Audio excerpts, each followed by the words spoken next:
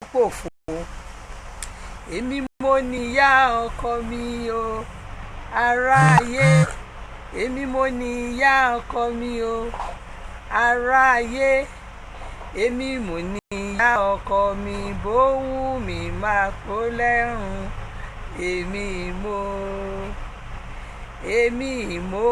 níyà ọkọ mi o bòun mi máa tù lọ́rùn kórí ó pé èmi mo níyà ọkọ mi o aráyé èmi mo níyà ọkọ mi bówù mí máa ró láṣọ èmi mo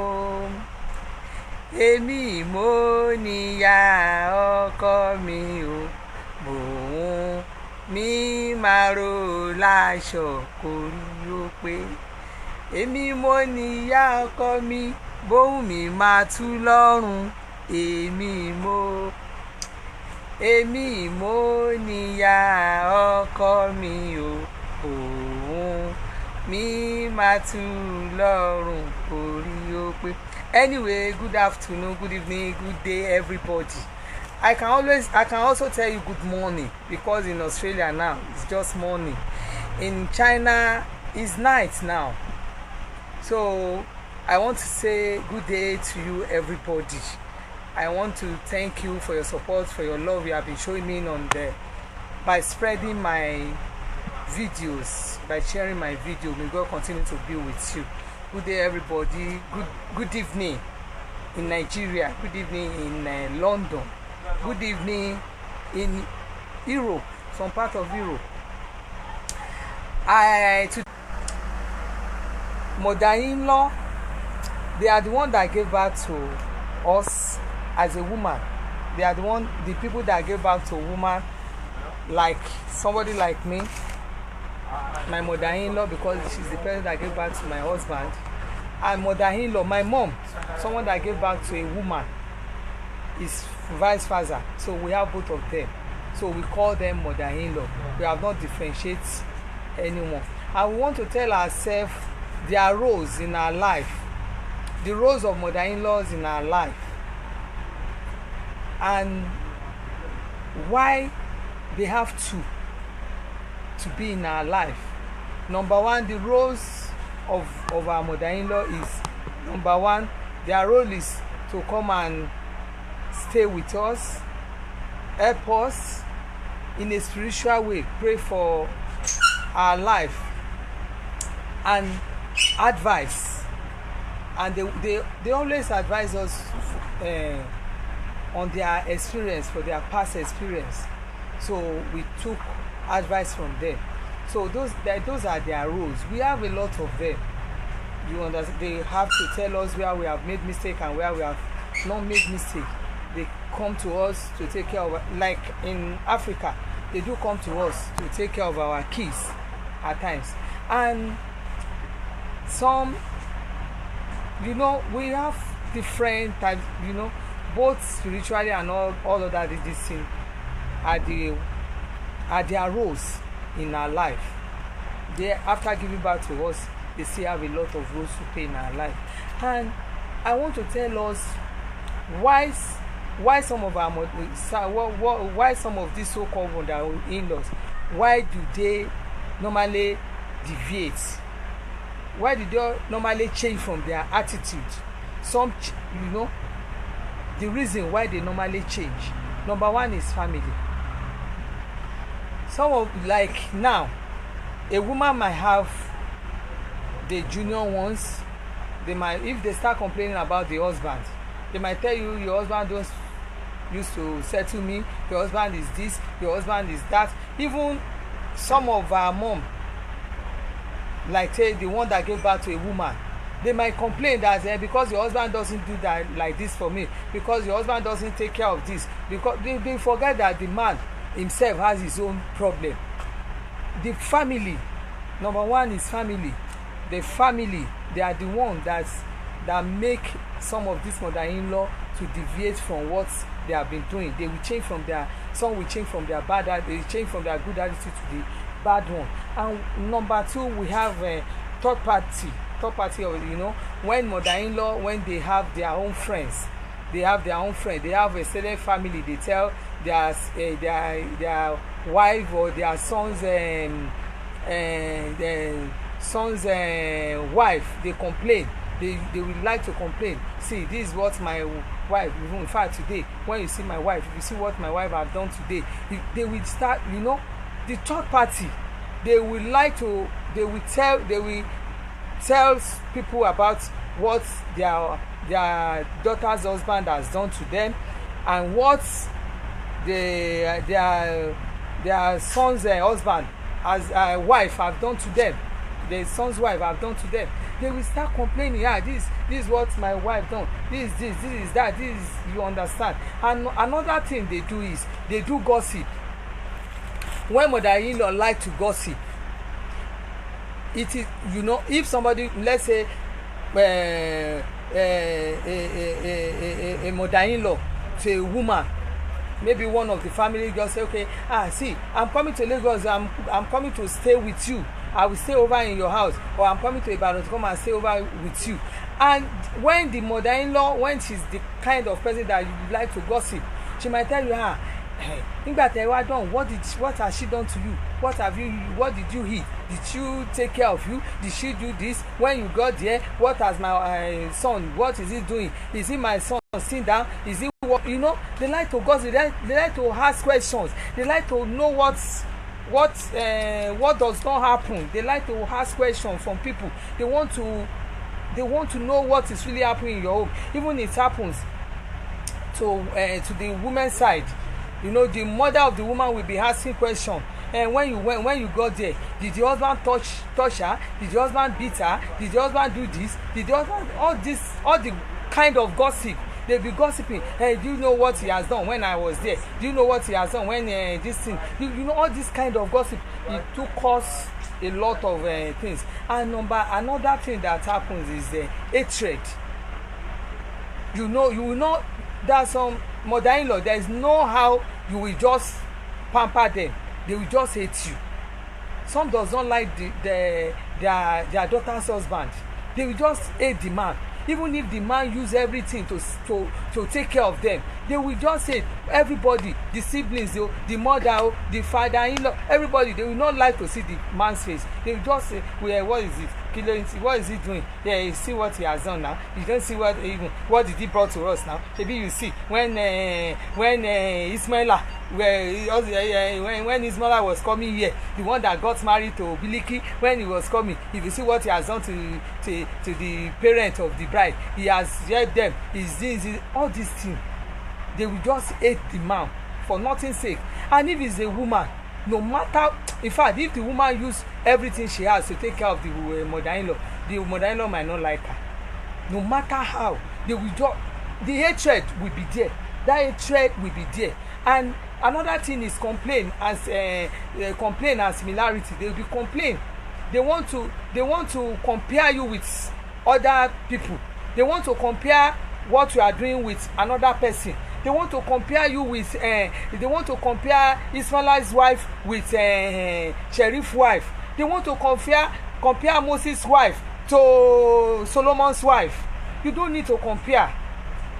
You don't need to compare. And they do comparison that if you see the husband, if you see all this comparison, the mother-in-law should just stop it. They should just stop it. Whether you are the one that gave birth to the wife or you are the one that gave birth to the husband, you must stop all this comparison of a thing. It's not good. It does not make a home. It will not allow your children to have a happy home. So another thing is tribe of a thing. Some will just say, maybe it's because I'm from Igbo. I got married to Yoruba. My daughter, why did she go? I have warned her not to marry an Hausa man. I have warned my son not to go and marry Igbo lady. We will complain. We will continue to, because the woman is not from our tribe. We will not like her. We will not like to accord her love, which is very, very bad. Because the man is not from our tribe, we will not like to accord him the respect, which is very, very bad. We supposed to do away with all this comparison of a thing, all this tribe and all the hatred, the not showing love. All these things we should go away with it. And what we are trying to do that now is what will bring peace to that mother-in-law. That what can the mother-in-law do that can bring peace to that can bring love and peace within her? The number one thing is the one is the mother-in-law. They should live as one family. Immediately your son gets married or your daughter gets married, just make sure that you have to understand that we are another family. This is another family. I have my family now. This is my family now, and she's my family now. That one is there. When the mother-in-law understand that we are one family, we are one family. This is our family now. Know that you have another son. Know that you have another daughter. That one is number one. Number two thing is show love. You should show love to yourself. When your mother-in-law is eating, you can join your mother-in-law and eat together. When your daughter-in-law is eating, you can eat together. You show love within yourself. Let her know that you love her. Let your mother-in-law know that you love the one that gave birth to your husband or the one that gave birth to your wife. Let them know that you care about them. Show them love. Show them care. Know everything. You have to do it. And number three thing is you have to understand that without that woman or without that man that join your family, you cannot multiply. Because there is no how a man can just say, I want to give back. Because some of this so just say, go and give if you give her belle now, if you give her belle after she has given birth, so go and bring the baby. So all this kind of thing, let's stop it. Let us understand that without that new woman in my life, or without that man in my life,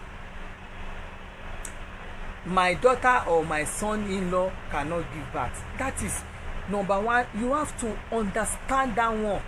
That is important thing. And another thing is stop spreading bad news within your family. All this news that something that is not, in fact, you don't need to spread bad news about your son's wife or your daughter's husband.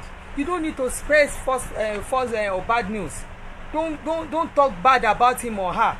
If you tell people that your wife, your son, your daughter-in-law or son-in-law is the best in the world, people will accord that respect that she's the best in the world.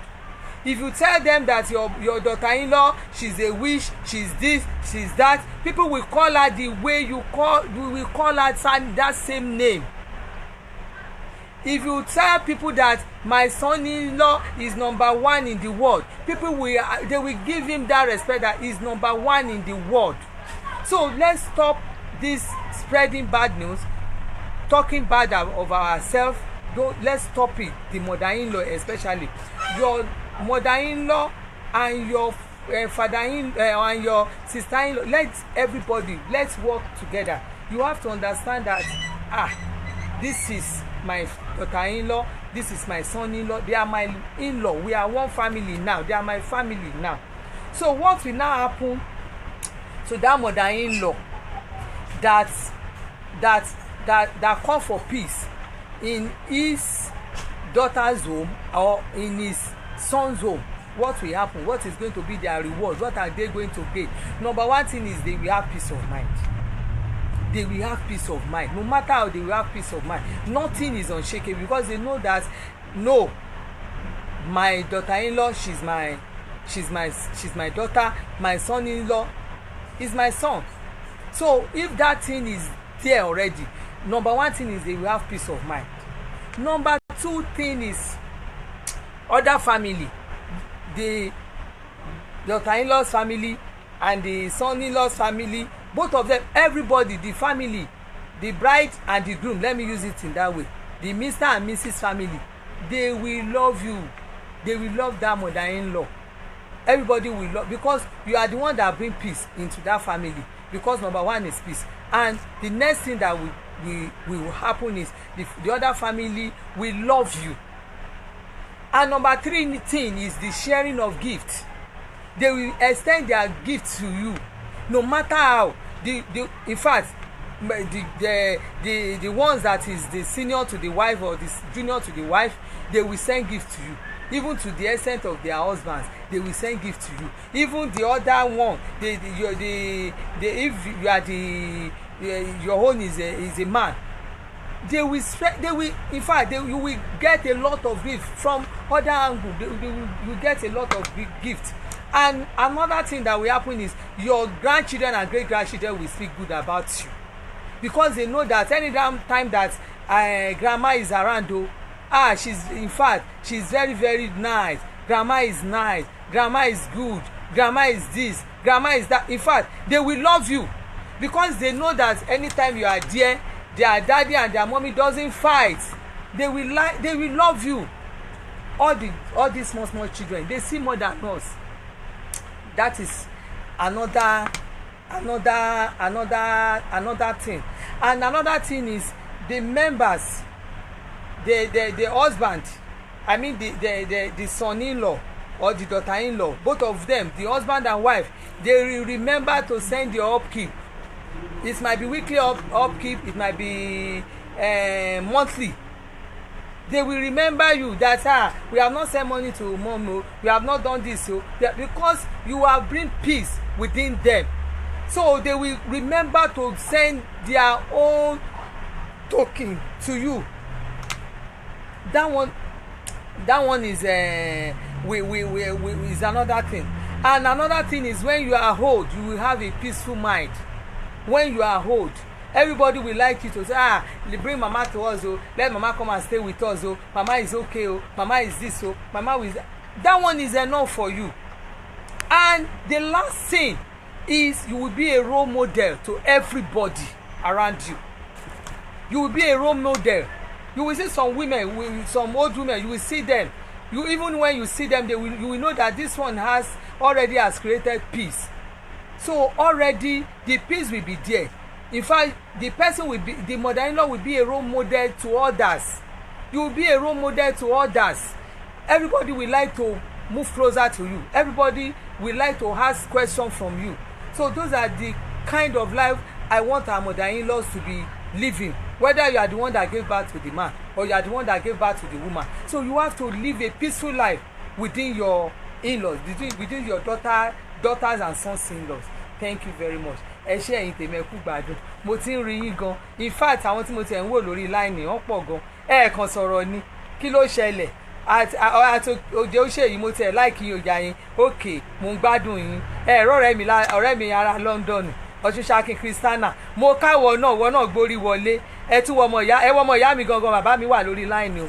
Prince Adéjùwọ̀n, mo káwọ̀ náà, wọ́n náà wà online. Alájà Bíntu, yes, network ni. Mo ti ẹ̀ láìkẹ́ yín o jàre. Ẹ wo ṣáàmà mi náà o. Ẹgbàre wa o. In fact, wọ́n sọ kó wọ́n kàn ń wò mí ní báyìí pé kí ni magic tó ti ẹ̀ ń perform.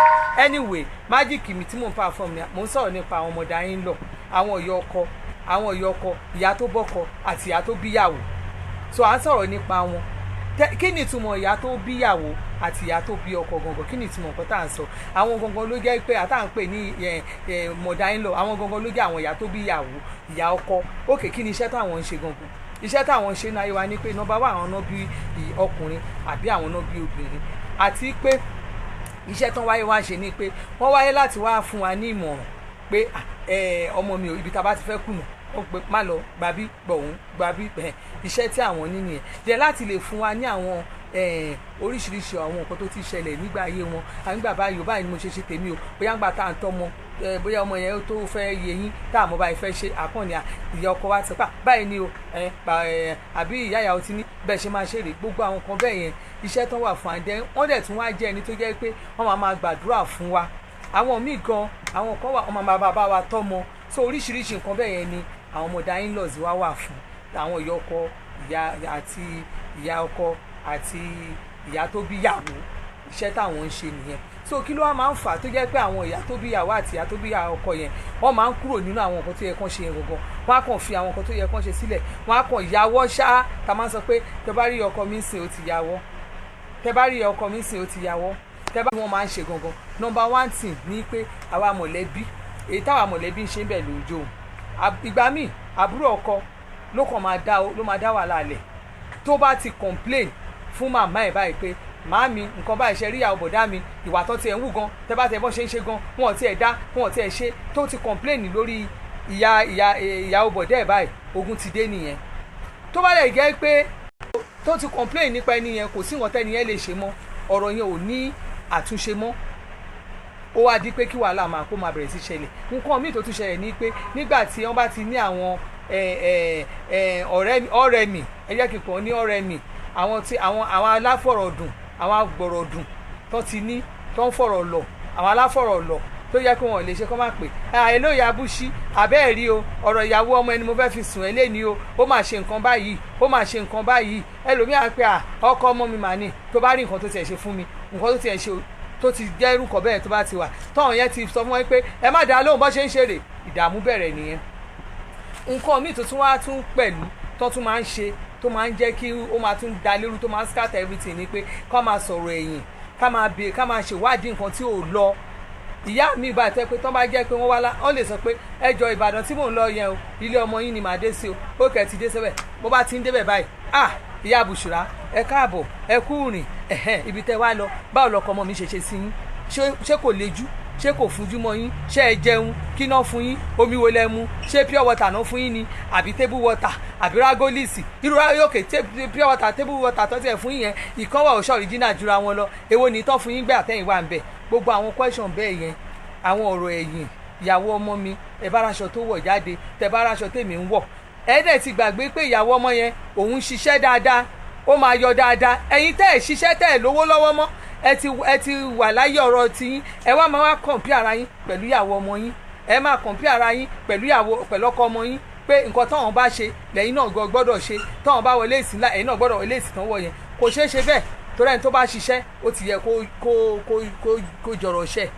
So tó bá ti di pé a ti ń sọ̀rọ̀ àwọn èyí yẹn oúnjẹ kíná jẹ kíní kan, nǹkan bẹ́ẹ̀ yẹn tún máa ń da ìlérú. Ìmí tí wọ́n máa wà tó yẹ pé àákàn ní ìkórira.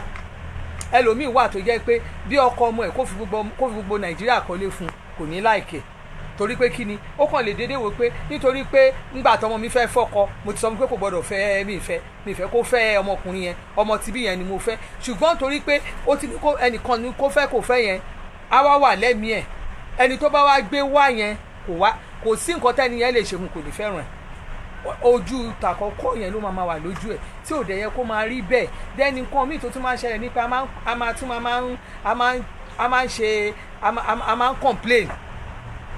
máa ń complain kí ló ṣe kí ló dà kí ni wà ní nítẹ́lọ́rùn, a máa ṣe àfarawé àtúwò pé o rí nǹkan tí ìyá kìíní ṣe, ìyàwó gbá ìyàwó àwo nǹkan tó ń tẹ̀ fún mi ó yàtọ̀, tó bá rí gbàtà lọ oríṣiríṣi àwọn complain bẹ́ẹ̀ yẹn ó tún máa ń fúnyàn ní tí ó máa ń da lérú. Nǹkan míì ta tún máa ń rí bẹ́ẹ̀ ni ẹlẹ́yà kejì, ẹlẹ́yà ìyá, ẹlẹ́yà èdè, torí pé ọmọ ẹ ti lọ mú ọmọ Yíbò wálé ogun ni, torí pé ọmọ ẹ ti lọ mú Haúsá wálé gẹ́gẹ́ bí ìyàwó ogun ni, torí pé ọmọ tiẹ̀ ó ti sọ pé òun ò fẹ́ Yorùbá tẹgbẹ́ tòun o, ìyẹn ọmọbìnrin o, ọmọ Yíbò lòun fẹ́ o, máa wá bẹ̀rẹ̀ sí complain wọ́n máa forí ẹ̀gún ṣẹ ni, ó ti gbà pé tí Yíbò wọ́n máa ń ṣòṣà, wọ́n máa fi kinní kan wá bẹ̀rẹ̀ sí complain torí ìlú bòmíì. Ẹ jẹ́ ká pa ọ̀rọ̀ tribe yẹn, ẹ jẹ́ ká parẹ́, ká compare ara wa síra wa, ká máa sọ̀rọ̀ nípa ẹlẹ́yàkéde. Òkè kí wá ní àwọn nǹkan tí ó máa mú ìfọ̀kànbalẹ̀ nínú ilé, tó máa mú ìfọ̀kànbalẹ̀ tára yẹn máa balẹ̀, tó máa mára yọ ọkọ yẹn balẹ̀ pé òkè o ilé ọmọ mi ni mo wà, ilé ọkọ ọmọ mi ni mo wà, òkè ilé ọmọ mi náà ni mo wà. Kí ni àwọn nǹkan tó wà? Number 1 nǹkan àkọ́kọ́ ni pé àwa ẹbí yẹn a gbọ́dọ̀ gbé gẹ́gẹ́ bí ìdílé kan, ká mọ̀ pé ìyàwó tó lọ mú wá fún wa yẹn ó ti darapọ̀ ẹbí wa ni, ká mọ̀ pé ọkọ tọ́mọ wa mú wálé yẹn ó ti darapọ̀ ẹbí wa ni, ká mọ̀ pé ìkan ṣoṣo ni wá, kò sí eléyè èdè kejì, kò sí kankan bẹ́ẹ̀ mọ́, ká ti mọ̀ pé ẹbí kan náà ni ẹbí Kàfáyá àti ẹbí Mùnírù ìkan ni wọ́n, ká ti mọ̀ pé ẹbí Alex àtàbí ẹbí Elizabeth ìkan ni wọ́n, ká ti mọ̀ pé ìdílé Adédèjì àti ìdílé Ọbánlá ká ti mọ̀ pé ìkan ni wọ́n, ṣe mọ̀ pé ìyẹn ìfẹ́ ó ti dúró bẹ́ẹ̀ nìyẹn. So ẹlẹ́ẹ̀kejì ni pé ẹ jẹ́ ká máa nífẹ̀ẹ́ ara wa, ká ní ìfẹ́ ara wa dénúdénú ká lè bára wa jẹun pa. Àwọn míì ò lè jẹun, wọn ò lè jẹ àjẹkù ìyá ọkọ wọn, ẹlòmíì ò lẹ jẹ àjẹkù ìyá ìyàwó ẹ̀. You'll be surprised nígbà tó bá gbóúnjẹ dání tí ìyá ìyàwó ẹ̀ ń jẹun lọ́wọ́ tó jókòó tí tó ń bá jẹun, inú ìyá yẹn á dùn pé ọkọ ọmọ mi ló bá mi jẹun yìí. Ìyá yẹn á feel important nígbà tó bá jẹun pọ̀. Bọ̀ tí ìyá ọkọ náà tó ń jẹun tí ìyàwó náà jókòó tí tọ́jú tó bọ́, ìyá yẹn gan náà á feel at home, á feel relax pé ilé ọmọ dáadáa ilé àjọ ń jẹun ni o. Àjọ ẹlòmíì bá jẹ́ débi pé kò tiẹ̀ lè bá ìyá ọkọ ẹ̀ jẹun pọ̀, which is very very bad. Ẹ jẹ́ ká máa fi ìfẹ́ wọn sí ara wa. Then nǹkan míì ká máa tún máa mọ̀ ní pé ká mọ̀ yìí pé tí ò bá sí ọmọbìnrin tuntun tó ṣẹ̀ wọlé yẹn, ọmọ wa ò lè bímọ mi. Tí ò bá sí ọmọkùnrin tí ọmọ wa fẹ́, ọmọ tiwa ò lè bí ọmọ mi, wọn ò lè pè wá ń grandma. Ẹ jẹ́ ká mọ̀ yìí pé ìgbà tí àwọn méjèèjì bá jọ wà pọ̀, tó rán jọ wà pọ̀ yẹn, òun ni a máa tún fi ní extended family, òun ni family wa máa tún fi gbòòrò sí. So àwọn nǹkan míì tó tún a tún máa ṣe ni pé ẹ jẹ́ káyé máa gbé àwọn ọ̀rọ̀ kò bá kù gbé fúnra wa. Àwọn ọ̀rọ̀ kò bá kù gbé, kó o pe àbúrò, kó o pe ẹ̀gbọ́n ọkọ, bí àwọn ọmọ tiẹ̀ tó jẹ́ àgbàlagbà bábúrò, kó máa dẹ wọ́n síra wọn, kó máa wí pé ẹ̀rí nǹkan tíyàwó alẹ́ sì ṣe fún mi. Kó pe ìkíní, kó pe kejì, kó pe kẹta, kó pe gbogbo ilé, kó ti spread nǹkan burúkú fún wọn. Àwọn yẹn ò lè fojú re wo ọmọbìnrin yẹn, wọ́n máa hate ẹ̀.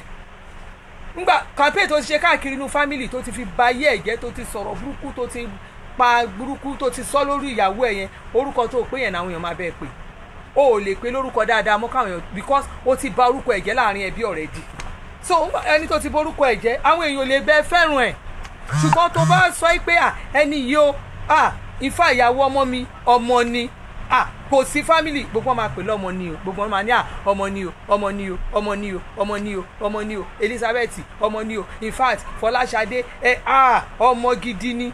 Bọ́ọ̀ yẹn ṣe máa bẹ́ẹ̀ pé nìyẹn. Tó bá ti sọ pé ìyàwó ọmọ ẹ wèrè ni, in fact ẹlòmíì ń bọ̀ nù lé yín àti bẹ́ẹ̀ mókùn dání tó fẹ́ fi bẹ́ẹ̀ so, tó rà máa sọ fún yín pé màámi ẹ fi sílẹ̀, ṣe rí wèrè orí ẹ̀yẹn màá sọ̀kalẹ̀ tí n bá ti ń dé, kò ní wèrè, èmi gan wèrè tèmi gba ógbókùn. Ìyàwó tẹ̀dẹ̀ bọ̀ bá ń lé tẹ́wọ́ bá ń lé kẹ̀dẹ̀rẹ̀, ẹni tí ò níbi kan tó ń lọ, nígbà tẹ́yìn náà bá gbé náà dé, òun gan abayín sọ̀kalẹ̀, tó rà wò pé ńbọ̀lẹ́fẹ́ tí ń sí kò dẹ̀ ní dáa fún gbogbo yín, ẹ máa jọ púpọ̀ ni, ó máa òun gan ìfà òun náà àti gbé wèrè lẹ́ẹ̀dẹ̀ yín, torí pé kí ni oníkálukú náà ni ló ń wá ibi tó fẹ́ pẹ̀lú mí kẹ̀dẹ̀rẹ̀ àti wò ń gbà tó bá ti sọ burúkú sí lórí ọ̀rọ̀ ọkùnrin yẹn pé ọkọ lágbájá ọ̀rọ̀ ọkọ rúùtì ò ní nǹkan tó ń ṣe, kí ló dà, kíní kan ìgbà kan tẹ̀sí ba orúkọ ọmọkùnrin ìmíì tó tún máa ń fa ní pé ká máa rojọ́ wọn fáwọn ẹbí wa gbogbo. Àti sọ́nà a máa rojọ́, a máa bà wọ́n jẹ́, a máa ṣèbàjẹ́, a máa ṣèdọ̀tí, kò dáa rárá. Ẹ jẹ́ ká jáwọ́ irú àwọn nǹkan bẹ́ẹ̀ yẹn, ó máa ń fúnyàn ní dààmú nílé, kò ń mú kí ọkàn ìfọ̀kànbalẹ̀ wá fún ìyá ọkọ. So àbí ìyá ìyàwó, kí nìkan tó máa wá ṣẹlẹ̀ fún ìyá tó jẹ́ pé ó mú ìfọ̀kànbalẹ̀ wọnú ilé, kò dá lérú, kò rojọ́, kò ń ṣàwọn ìyá ẹlẹ́jọ́, kò ń ṣe pé kí nìkan tó máa ṣẹlẹ̀. Irú àwọn ìyá yẹn ọkàn wọn máa ń balẹ̀ ni, wọ́n máa ń ní ìfọ̀kànbalẹ̀, kò sí ẹ̀wò no matter wọ́n máa ń ní ìfọ̀kànbalẹ̀, wọ́n máa gbàdúrà lásìkò ńgbà tó yẹ kó gbàdúrà. Ọjọ́ alẹ́ in fact lọ́jọ́ alẹ́ tí wọn máa ń balẹ̀ nítorí pé wọ́n ti mọ̀ pé yes iṣẹ́ táwa ń ṣe lọ́wọ́ yìí iṣẹ́ ọmọ ni, mi ìdẹ̀dálé ọmọ mi rú, mi ìdálé ọmọkùnrin rú, mi ìdálé ọmọbìnrin rú. So ọkàn ìyá yẹn máa balẹ̀, number 1. Number 2 thing tí wọ́n máa ṣe ní tó máa ṣẹlẹ̀ sírú àwọn ìyá bẹ́ẹ̀ ni pé àwọn ìdílé ìyàwó àti ìdílé ọkọ yẹn wọ́n máa like irú ìyá yẹn, àwọn èèyàn máa like ìfẹ́, everybody máa like ni. Màmá ń kọ́, ìyá ọkọ yín kọ́, ìyá ìyàwó yín yẹn ń kọ́, wọ́n máa dẹ̀ dá o, àwọn ìyá gidi nìyẹn o, àwọn ìyá tó ṣe wọ́n máa sọ̀rọ̀ wọn dáadáa.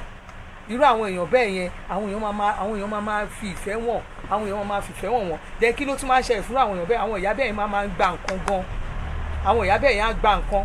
Let me use my own as an example. Irú èmi sìn, ìyá ọkọ mi tí n bá ra nǹkan fún, àbúrò mi obìnrin kìíní ara nǹkan fún, àbúrò mi obìnrin kejì ara nǹkan fún, àbúrò mi tó wà l'Amẹ́ríkà ara nǹkan, tó bá ti ra nǹkan fún yẹ ó máa ra ti ìyá ọkọ mi ránṣẹ́. Àbúrò mi tó wà ní Canada tó bá ti ń fi nǹkan ránṣẹ́ sí mọ́mì mi ó máa fi ti ìyá ọkọ mi ránṣẹ́. Ṣé ẹ mọ̀ pé ìyá ọkọ mi ń gba nǹkan púpọ̀ gan, bẹ́ẹ̀ náà because ó ti wùwà tó bá pò ní mí lára ni àwọn àbúrò mi ò lè ronú pé kán ra nǹkan fún àbúrò mi tá máa ra nǹkan sìn á ra bàtà fún ìyá mi á ra bàtà fún mother-in-law mi wọ́n máa rà á ni.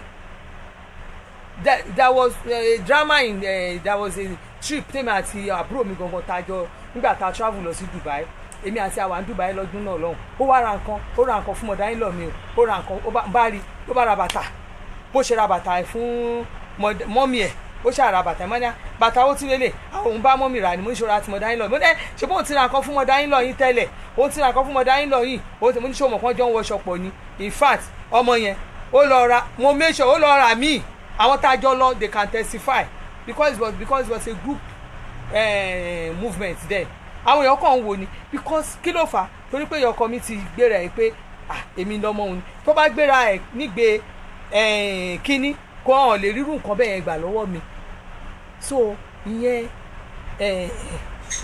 bẹ́ẹ̀ ni a rí gift dáadáa àwọn èèyàn wọn máa fún ní nǹkan a máa fún ní nǹkan then nǹkan míì tó máa ṣẹlẹ̀ ni pé àwọn ọmọ àti àwọn ọmọ wọn máa nífẹ̀ẹ́ ìyá yẹn o eléyà máa pè ní grandma ti wà rán grandma wà rán grandma wà rán where is grandma irú àwọn grandma yẹn náà máa ń sùn everybody máa ṣubú lé wọn tó a máa ṣe grandma o grandma don go grandma don go because wọ́n ti mọ̀ pé àwọn ìyá tó ń mú àlàáfíà wọnú ilé wọn wá nìyẹn kò ń ṣe àwọn grandma mi tó bá wọnú ilé ọmọ wọn ọkùnrin àbí inú ilé ọmọ wọn obìnrin àwọn ọmọ wọn ò lè súnmọ́ wọn torí ẹ ti rójú ìyá gan rí á wá dìkù àwọn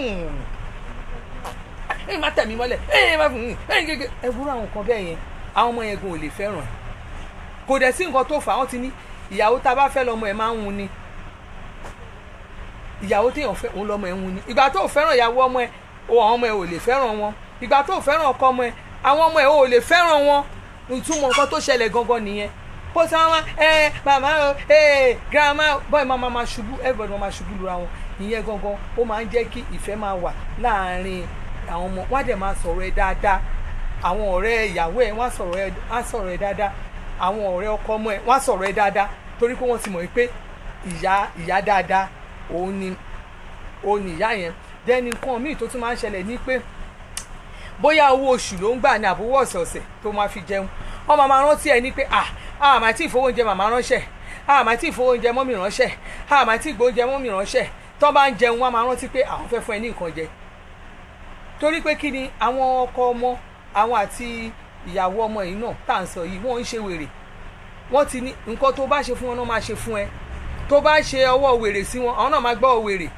in fact nígbà tí ọkọ ọmọ ẹ bá ti sọ pé tó ti sọ pé mọ́mì tí ọmọ ti sọ pé I want to send something to my mom o á kàn mọ́ ẹ lójú ni toró ti mọ̀ pé ìyá yẹn kò wúlò ó dẹ̀ ṣeéṣe kó yẹ pé táìgbà tí ò sówó lọ́wọ́ ọkọ ẹni ṣe mọ̀ pé ìyá tí ò wúlò báwo lèmi ṣe máa kówó tèmi lẹ̀ pé kán fi fún lóúnjẹ bí ò bá pa kó pa kú kó bó bá pa à máa ṣe òkú ṣe bí nǹkan tí wọ́n máa ṣe nìyẹn ṣùgbọ́n tó bá yá pé ìyá ọkọ tó ṣe dáadáa tí gbogbo wa rí pé ìyá tó ń ṣe dáadáa tó yẹ pé àbí ìyá ìyàwó tó ń ṣe dáadáa ẹ mọ̀ ó máa kówó jáde owó oúnjẹ màmá o owó oúnjẹ màmá o owó oúnjẹ màmá á sáré lọ á tẹ̀ ti sẹ́tù ẹ̀ irú èmi sì ọkọ mi ò rántí ìgbà tó wọ́n ìbàdàn èmi ni màá ti rántí ìfọ̀ àmọ́ ó yẹ wá lọ bá mi rí màmá o ẹ lọ rí màmá because mo ti mọ̀ pé ìyá yẹn ibi ò gbọ́dọ̀ pa bọ̀ tó bá jẹ́ ìyá tó fara ni mí ni ìjọ tí ọmọ ẹ̀ bá máa lọ kó oúnjẹ gan fún gan ó lè jẹ́ gbà yẹn lèmi náà máa ní mo sick tí ó ti kó tọ́jú mi torí nígbà tí mo bẹ̀rẹ̀ sí gbọ̀n tí mo gbọ́rọ̀ bù sójú tí mo bẹ̀rẹ̀ sí gbọ̀n tí mo bẹ̀rẹ̀ sí òtútù yìí o ó fẹ́ pa ọ̀tá mi o tó gbé mi lọ sí hospital owó yẹn á ná sí mi lórí ebi á dẹ̀ pàyà yẹn ṣe mọ̀ gbogbo àwọn oríṣiríṣi nǹkan òun bẹ́ẹ̀ ni dẹni nǹkan míì ó máa tún jẹ́ ní tó tún máa ṣe ni pé ìyá yẹn ọjọ́ alẹ́ wọn irú ọjọ́ alẹ́ tiwọn lọ́jọ́ alẹ́ tiwọn ó máa ń dùn ọjọ́ alẹ́ wọn máa ń dùn ebi ó ń pa wọ́n wọn ń dààmú ìfà kó tó di pé kínní ọmọ ńgbà tọmọ ọmọ tí mi ti gbóúnjẹ wá tọmọ àbíkẹ́ náà tó ti gbóúnjẹ wá ọmọ tóbi náà ti gbóúnjẹ wá gbogbo everybody ti gbóúnjẹ everybody á kàn máa ṣe mùyùn irú àwọn ìyá tèmi ń sìn ìyá mi kò lè jìyà ìyá ọkọ mi kò lè jìyà torí pé kí ni àwọn náà ti live ara wọn ní ìgbé pé ọmọ mi lélẹ́yìí so ìyẹn bẹ́ẹ̀ ó máa ń jẹ́ kí ọjọ́ alẹ́ wọn dùn dẹ́ni kan míì wọ́n wá tí wọ́n jẹ́ ìyá